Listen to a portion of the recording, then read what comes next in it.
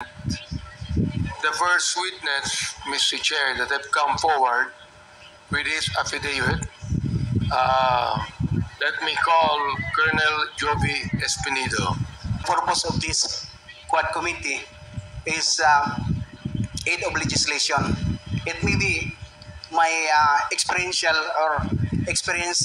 testimony can help to legislate or to amend the existing.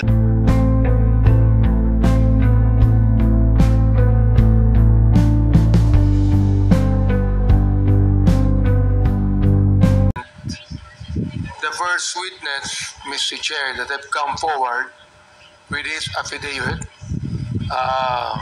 let me call Colonel Jovi Espinido. Okay, Paige, can you please assist? Good morning, sirs, Your Honors. Good morning. Do you have a lawyer with you? Yes, Your Honor, Mr. Chair. May we ask the lawyer to please enter your appearance before the Quadcom? Good morning, Mr. Chairman and members of the committee. I am Andres B. Fernandez Jr. and the rule of attorney is 28504, member IBP, Misamis Occidental.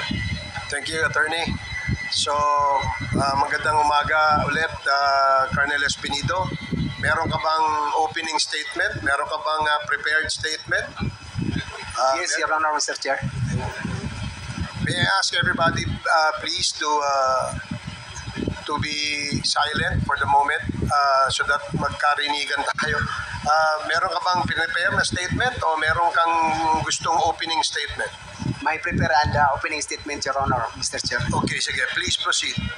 But before, Your Honors, Mr. Chair, I would like to ask if my oath, if valid when my first attend in Commission on Human Rights last month. Yes, because you have already taken your oath in the committee hearing of the Committee on Human Rights. It follows that when we consolidated the four committees and formed this Quadcom, your oath still exists, so to speak. But just for purposes of clarity, we can administer the oath to you in our committee hearing today. Comsec, you are directed to administer the oath of our resource person, Colonel Jovi Espinido. Comsec. Sir, please stand and raise your right hand. Do you swear to tell the truth, the whole truth, and nothing but the truth, and God may help you? Yes. Thank you. Okay, salamat. Thank you, Comsec. Salamat, Colonel Espinido. Please proceed with whatever you want to say. Before my opening statement, Your Honor, Mr. Chair, I would like to thank to my God for allowing me as one of your resource person here in this Quad Committee. And to our Senior Deputy Speaker, Honorable Don Gonzales, sir, and Deputy Speaker, Honorable J.J. Suarez, sir, to all the Chairman of Quad Committee, members, uniform personnel, senior officers, visitors, good morning, sirs and ma'am. I am Police Lieutenant Colonel Jovi Rodriguez Espinido, 55 years old, 28 years in service, and I assign presently at Police Regional Office 8 and Department, Personnel Department, and my previous assignment, Your Honor, Mr. Chair, when I was assigned in Samar and Leyte and Albuera and Usamis. Just only a brief and concise opening statement, Your Honors, Mr. Chair. For the information of sa lahat naman, I was victim and robbery hold up with my family before I joined the PNP, and victim also in extortion. I said victim in robbery hold up and extortion because that group in Leyte for almost 8 years nahuli yung grupo, ako pa ang nakahuli ng magpulis ako. Victim and extortion because kami na ang na-hold up, yung mga pulis magpunta sa amin para maghingi ng pang-diesel, pang-fuel, para hulihin ang suspect. Lahat na tanong ko, Your Honor, Mr. Chair, na sa akin pagtingin, kung ako ang magpulis, it can help the government and ma-change man lang ang system ng police in a little way. I believe that the purpose of this Quad Committee is aid of legislation. It may be my experiential or experience testimony can help to legislate or to amend the existing laws. For 12 years, Your Honor, Mr. Chair, I am Police Officer 1, Patrolman. Hindi ako naka-experience ng promotion. Why? Because in 2000, I am also batch of 1996 Public Safety Basic Recruit Course in PPEC in Regional Training School, Region 7, na 96, batch 96.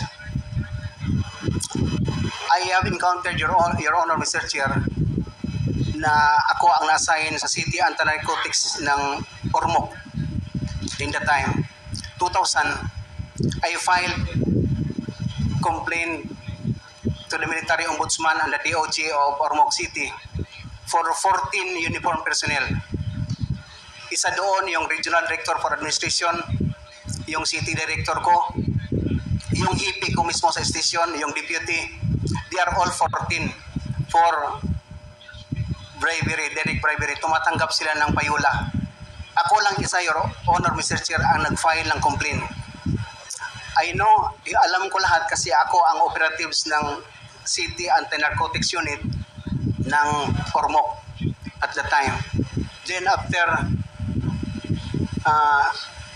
noon as Espinido, Your Honor, Mr. Chair, na Super Cup ng Leyte. Kagawian ko na kung saan ako ma-assign yung worship ng station ko, morning at saka evening, pinapa-worship ko talaga ang mga pulis kasama ko. Nung lateral entry ako kasi at my commissionship, Your Honor, Mr. Chair, is through lateral entry. I am batch 08, 2008. First assignment ko na ako ang naging EP ng Gandara, Samar. Ang purpose to disband the private armed groups of Samar. Then for 1 month, I disbanded the group of Cabonyos. Nahuli natin yung mayor for 700 warrant of arrest, 600 na implement natin. Isa lang ang patay yung assistant ng private armed groups leader. Because of politicking, Your Honor, Mr. Chair, na-relieve ako ng region.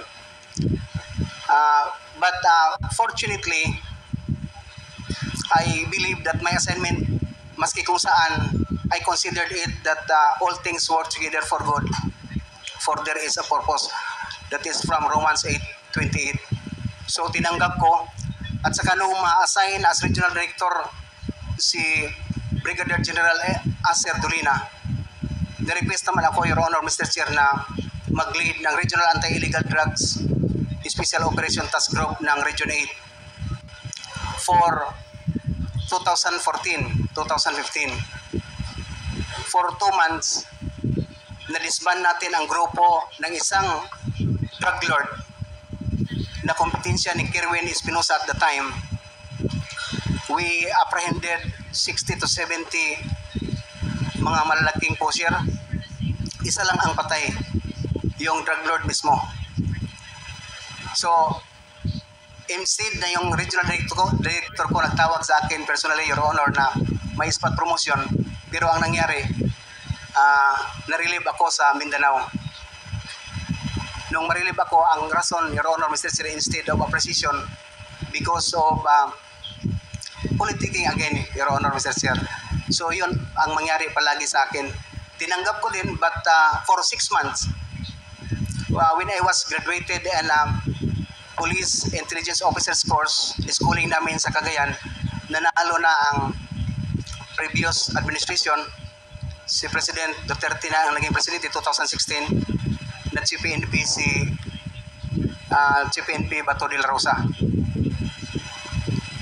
Nakatanggap na ako ng call, Your Honor, through Chief PNP Bato de la Rosa na ako requested ng Leyte, particularly in Albuera, through the mayor of incumbent Mayor Johnny de la Serna. Nasabi si Chief PNP Bato na nandito sa opisina ko sa Davao, nagpunta, kaya ikaw ang requested, kaya ikaw lang ang kinakatakutan ni Kerwin Espinosa. So ako, Your Honor, taga Leyte. So parang akong, I am very impressed and happy for that information because makauwi na din ako sa amin. But yun na, Your Honor, Mr. Chair, nung ma-assign ako, siyempre ang instruction, si Kerwin Espinosa, i-disband. No? Kasi siya ang nag-proliferate ng drugs doon sa Albuera, sa Region 8. So nung ma-assign ako, for only 18 days, for 1 month, na-disband natin ang grupo ni Kerwin Espinosa na nag-surrender yung papa niya for protective custody 1 month nandito sa atin para na sa star witness, maging star witness natin. Fortunately din, si Kerwin Espinosa nahuli sa ibang bansa. For my 6 months na nahuli natin, nakakonfiskate tayo ng drugs for 14 kilos, more or less, yung barrel na 60 to 70 pieces na long and short firearms. Walang namatay sa operasyon ng illegal drugs. Because of Senate hearing, Your Honor, Mr. Chair, si Kerwin nagsasalita sa Senate. And before nagsalita si Kerwin Espinosa, may reporting ako sa office ni PNP Bato the day before the Senate hearing. Doon mismo, Your Honor, Mr. Chair, nakarinig ako kay Senator Bato na ako involved ng drugs. Sabi daw ni Kerwin, tumatanggap ako ng 20,000 per month na na-assign ako sa Davao. That is the first time, Your Honor, Mr. Chair, na paluha ako nagtingin kay Sir Bato na nasalin yung pamilya ko, yung buhay ko, na disband na si Kerwin Espinosa. Why I am here, sir? Para mag-report sa iyo na accomplish ang trabaho. Although hindi sa akin yung responsibility na namatay si Mayor. But sabi ni Chief PNP Bato at the time na hindi nandito si Colonel Ferro. Colonel Ferro, sir, is head at the time of anti-illegal drugs group. Pidig na ngayon. So, kinonfirm ni Colonel Ferro na ako daw tumatanggap. Sabi ko, saan man si Kerwin, sir? Hindi din ibigay sa akin si Kerwin ni isang bisis, isang minuto na si Kerwin ibigay sa akin nung mahuli si Kerwin, when in fact ako ang team leader ng folder ni Kerwin Espinosa. So nagtaka na ako, Your Honor, Mr. Chair, but I believe in God that the truth will set me free. When doon na sa Senate, Your Honor, Mr. Chair, kinukross na si Kerwin Espinosa, stated sa documents naman na sa lahat ng tanong ng mga senators at the time, na lahat ba tumatanggap ang tanong, ang sagot ni Kerwin Espinosa? Hindi lahat, sir, maliban kay Sir Espinido, na instead na hingian ko siya ng bank account, isend sa akin yung Bible verse. So, na-impress ako, but disappointed because alam ko na si Kerwin, magtanggap talaga yun na totoo kasi nandyan hinawakan nila si Kerwin Espinosa at that time, Your Honor, Mr. Chair. So, nagkataon, may trust tayo sa Panginoon na hindi talaga totoo. So, nangyari na hindi totoo. Nung medyo may bikil na kami ni Chief PNP Bato, Your Honor, Mr. Chair, gabi, mga 9 o'clock, right after sa Senate inquiry, tinawagan ako ni Chief PNP Bato na, okay, isog ka man sa Bisaya pa, doon ka sa Usamis, tingnan natin. So, maraming nagsabi, Your Honor, Mr. Chair, na kung ako magpasahin ng Usamis, patayin, kasi nandoon lang ako ilagay sa baba ng buhaya. But I believe in God always, Your Honor, Mr. Chair, that every assignment that I have, that is a blessing and there is a purpose. Pinuntahan natin, Your Honor. They think hindi makaya kasi parang in-underestimate lang yung pagkapulis ko because number one, lateral entry ako. So, ganun ang mga nangyari, Your Honor, Mr. Chair, sa konting information na ibigay ko sa inyo ngayon. But to tell you to end, ako, Your Honor, Mr. Chair, hindi lang biktima ng robbery hold-up, extortion, biktima pa ako ng destabilization ng karakter ko. Ako ang number one na nag-disband ng grupo ni Kerwin Espinosa. But gusto nila na isali ako sa drug money na protector ni Kerwin Espinosa. Pangalawa, and I have, Your Honor, a list sa PR address list na sinali ako sa kay Espinosa as level 3. High value target, Your Honor, Mr. Chair. Drug lord pala si Espinido. So, doon na naman sa Usamis, nung ma-accomplish natin ang Usamis, Your Honor, Mr. Chair, pinapareport na naman ako sa office ni Police Brigadier General Archie Gamboa na sinabihan ako doon na, Juby, involved ka pala sa Malaysian drug trafficking. Wala ako magawa, Your Honor, Mr. Chair, just only to pagdasal lang, Lord, ikaw talagang kakampi ko, ang pulis ngayon. Sino pa ang paniwalaan ko? That time, Your Honor, Mr. Chair, may pagkataon na pinapatawag ako, pinapareport ako kay President Rodrigo Duterte at the time. Nag-report ako direct sa kanya. Sinabihan ko na siya kaagad, Sir, bakit sinali na naman ako sa Malaysian drug trafficking? Kung hindi sana gusto niyo na mangyari itong nangyari ngayon kay Espinosa at saka kay Paruhinog, bakit pinintulutan niyo ako na mag-team leader? Mag-ibis, sana wala na lang para hindi niyo ako isalin ng ganun naman lang na tinawag, Your Honor, Mr. Chair, na games of the general. So, continuous because I am obedient to my senior officer. Inasahin na naman ako ng Iloilo.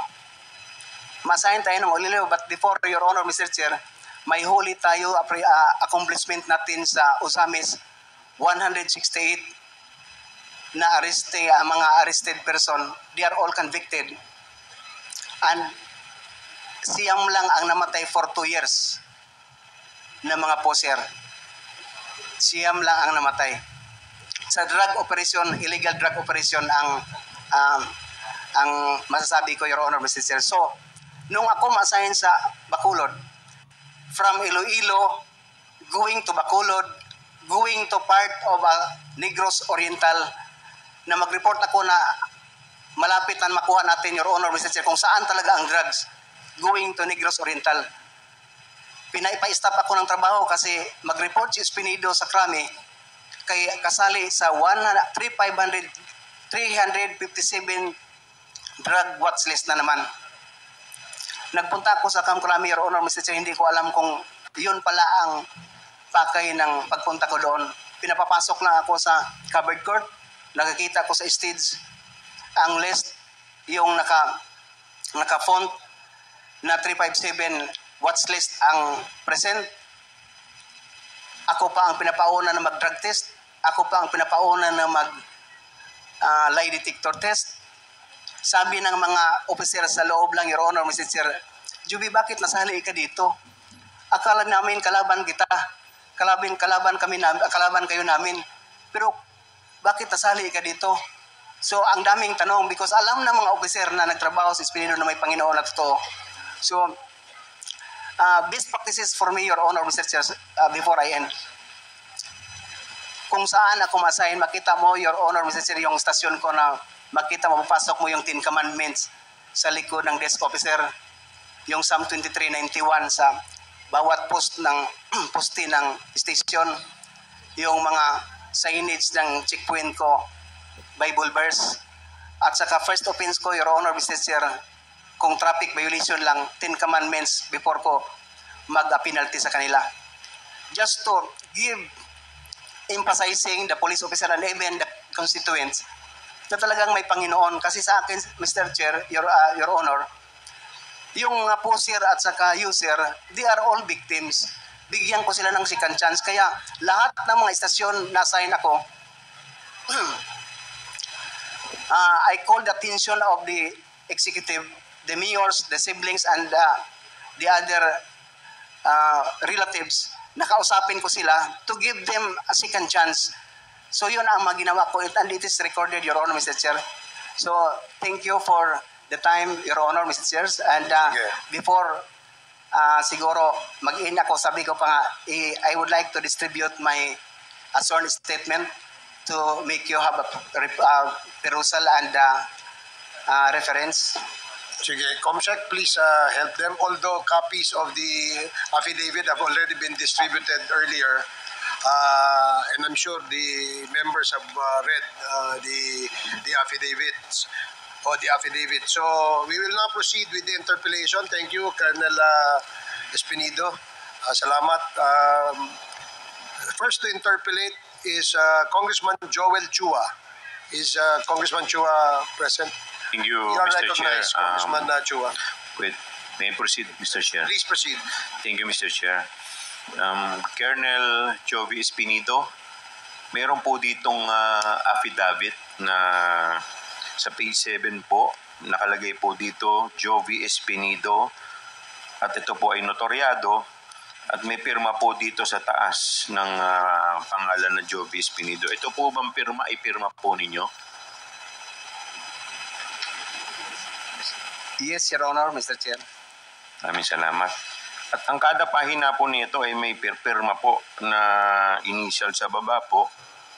Sa page 1, page 2, hanggang page 6. Ito po ba mga pirma po ninyo? Opo, Mr. Chair, Your Honors. Thank you.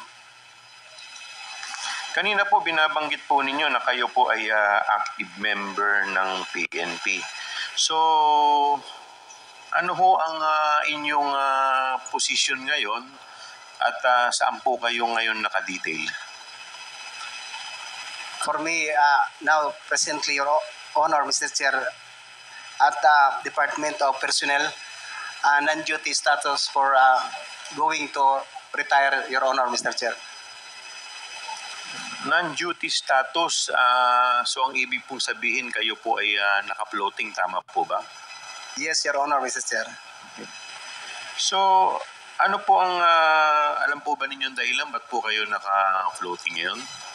That is the procedure, Your Honor, Mr. Chair. But as long that you are going to retire for 3 months, may issuance na doon na non-duty status ka na para sa mga requirements for your retirement mo na ma-comply mo, Your Honor, Mr. Chair.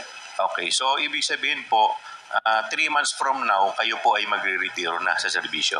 If God's will, Your Honor, Mr. Chair. Okay, thank you. So sabi po ninyo dito sa inyong affidavit, kayo po ay dating Chief of Police ng Albuera, Leyte. So bilang Chief of Police po ng Albuera, Leyte, ano po ang inyong mga naging duties doon? Pardon, Mr. Chair, Your Honor. Bilang Chief of Police po ng Albuera, Leyte, ano po ang inyong naging duties doon bilang Chief of Police? Number 1, to disband the Kerwin Espinosa drug groups, Your Honor, Mr. Chair. Okay. Dito po sa inyong affidavit, number 4, page 1, sabi po ninyo dito, kayo po ay personally handpicked by former PNP Chief Ronald Bato de la Rosa. Ito po bang PNP Chief Ronald Bato de la Rosa ay siya rin pong si Senator Bato de la Rosa? Yes, Your Honor, Mr. Chair. Alright. So, ang tanong ko po, ito po ba ay, sabi po ninyo dito, PNP Chief Bato told me this in a phone call after he introduced himself to me. So, ito po ba yung first time na nakausap po ninyo si then PNP Chief Bato de la Rosa? Yes, Your Honors. Hindi pa rin po ba ninyo siya nakakaharap noon personally? Hindi Prior pa. to the call? Hindi pa, Your Honors. So, ito po yung kauna-unahan? Yes, Okay. Your Honor. So, normal procedure po ba yon na ang isang chief PNP direktang tatawag sa Chief of Police. Hindi po ba, di ba, may ano po yan? May tinatawag po tayong chain of command. Yes, Your Honor, Mr. Chair. So ito po ba ay normal procedure? Hindi normal, Your Honors. Hindi normal yung Yes. pagtawag po sa inyo ng diretso Yes, ni Your Chief Honor. PNP Bato de la Rosa. Yes, Your Honor. Bakit po ninyo nasabi na hindi po normal? Kasi mostly naman, Your Honors, for my how many years in service, ang assignment talaga through sa documents na pagdala sa inyo na ikaw ispinido sa personnel na ikaw na-assign na doon. So mayroon kang order, you must report to your new assignment for to avoid owl. So paano nyo nasiguro na yung kausap po ninyo sa telepono si Chief PNP Bato de la Rosa? Hindi po ba kayo nagtaka bakit ang isang Chief PNP ay diretsyon tumawag sa inyo? Your Honor, to tell here the truth, kung ikaw tawagan ng Chief PNP, hindi magtaka, Your Honors, because masayahan ka, ma-impress ka na ikaw, ang liit mo, major ka lang ang ranggo mo, tinawagan ka ng Chief PNP. Nagpakilala naman siya, Your Honors, na siya si Chief PNP Bato de la Rosa, ang bagong hipi ngayon, tapos yung mayor na sa tabi niya na nag-request, nakikilala ko, Your Honor. So nung time po na tinawagan kayo, at that time, ang rango po ninyo is major. Major, yes. Pas major, tama po ba? Major, Okay. yes, Your Honor. So nung kayo po ay nagkausap ni Chief PNP Bato de la Rosa, ano po yung mga specific instruction niya or marching order po sa inyo? Ang instruction lang na tulungan mo ako, Juby, at saka si President Duterte about this war against illegal drugs. So dapat galingan mo, ikaw ang i-assign ko as Chief of Police ng Albuera. So dapat mawala na yung mga drugs sa Albuera. So Your Honors, yun yung natandaan ko. Meron po ba siyang sinabi kung paano mawawala ang mga drugs sa Albuera? Any specific instruction? Your Honor, Mr. Chair, ang police, isa lang ang word, general word na ibigay. Lahat alam na namin ang isang meaning din. Ano po yun? Pag sabi na mawala, kasali na yung mamatay. Mamatay? That is very obvious for us an officer, So pag Your Honor. sinabi po sa inyo na mawala, ibig sabihin, mamatay tao po. So, by all means, Your Honor. By all sasabihin. means. Yes. Okay.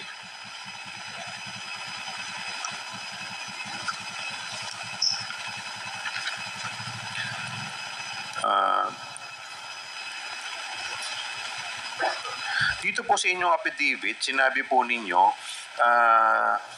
nagpunta po kayo doon specifically at to disband the group of Kerwin Espinosa. Tama po ba? Yes, Your Honor, Mr. Chair. Okay. Ano pong klaseng group ito? Yung kay Kerwin Espinosa? Espinosa Drug Syndicate, Your Honor. Drug Syndicate? Yes, Your Honor. Okay. So, paano po ninyo nagawa na sabi po ninyo kanina 18 days Yes, Your na Honor. disband po ninyo? Paano po ninyo nagawa yan? Nung ako na-assign sa Albuera, Your Honor, Mr. Chair, kaugalian ko talaga yung kausapin yung mga pulis nandoon assign kasi nung dumating ko 2 days after, nag-request ako kay Mayor na magpunta sa akin para mag-surrender.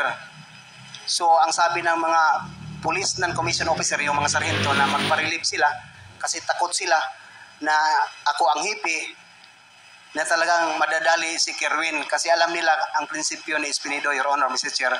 So, silang ang sinabihan ko muna na ito, totoo na tong trabaho natin.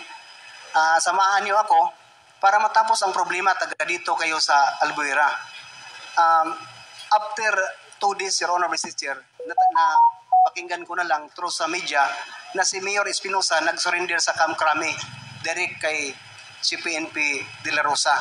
At ako naman, Your Honor, Mr. Chair, may mga information na may bibinta pa ng drugs because 2 days pa ako doon dumating sa mansion ni Kerwin Espinosa. Yun ang first ko na nag-bypass tayo ng malaking bypass natin na mga right hand talaga ni Kerwin Espinosa. I have here, Your Honor, Mr. Chair, sa accomplishment report ko sa Albuera since pagdating ko at saka pagkatapos. Sir, ang binabanggit po ninyo, ang sumurrender po is si Mayor Espinosa. Yes, Your Ang Honor. binubuwag po ninyo si Kerwin. So, si Mayor Espinosa po ba ay ama ni Kerwin? Tama po? Yes, Your Honor. Okay. Bakit po si Mayor Espinosa ang sumurrender, hindi po si Kerwin? Ibig niyo po bang sabihin, magkakontsaba po yung mag-ama sa drug trade? Yes, Your Honor. So, magkasama sila? Magkasama sila, Your Honor, Mr. Chair. Okay. So, sabi po ninyo dito sa inyong affidavit, meron po ditong si Mayor Espinosa may sinubmit na affidavit o may in-execute na affidavit at may kasama po itong ledger and at the same time, ito po ay video recorded. Tama po ba? Yes, Your Honor, Mr. Chair. So, nasa na po itong affidavit, ledger at saka yung video? Yung iba na reproduce natin, Your Honors, because we filed cases to DOJ, Ombudsman, RIAS, NIAS, sa lahat ng mga protector. But actually, ang lahat ng original na file folder sana natin, Your Honor, ibinigay turn over ko sa provincial director namin at the time, Colonel Simborio. Brigadier General na ngayon, Franco Simborio, Your Honor, because I always going to relieve sa Usamis na. Please wrap up, Congressman Chua. Thank you po. So napansin ko po kasi dito sa inyong affidavit, unang-una tinawagan po kayo ng personal ni General Bato. Sabi po ninyo dahil kayo handpick. Dito po sa number 6 ng affidavit ninyo, sabi ninyo, si Chief PNP Bato po ay tinurn over sa inyo si Mayor Espinosa. And then, dito rin po sa sa number 12, page 3 ng inyong affidavit, sabi ninyo, I personally reported to PNP Chief De La Rosa at his office in Camp Crame. Yes, Tama Your po ba? Honor. Okay. So, lahat po ba ng galaw ninyo, diretso po ninyong nire-report kay former Chief PNP Bato De La Rosa? Yes, Your Honor. Hindi lang kay Chief PNP, Your Honor, pati sa Presidente. Direct ako mag-report. Diretso kayong nagre-report kay Presidente at saka kay Chief PNP De La Rosa, Your So Honor. yung Presidente pong pinag-uusapan po natin, si President President Duterte, Your Honor. Duterte. Yes, Your Honor. So pag nag-report po kayo kay President Batot, nagre-report din po kayo kay Presidente. Tama po ba? Hindi, mas marami mag-report ako sa kay Presidente Rodrigo Duterte. At diretso Your po kayo Honors. nagre-report. Oo. Normal po ba ang isang, at that time sabi ninyo, major kayo, normal po ba yon na yung isang major, diretsong nagre-report po sa kanila? Again, hindi, Your Honors. Hindi Okay. normal. So ibig sabihin po, kayo po ay kumukuha ng instruction directly from the President and Chief PNP Bato. Tama po ba? Yes, Your Honors. That's it, Mr. Chair. Thank you,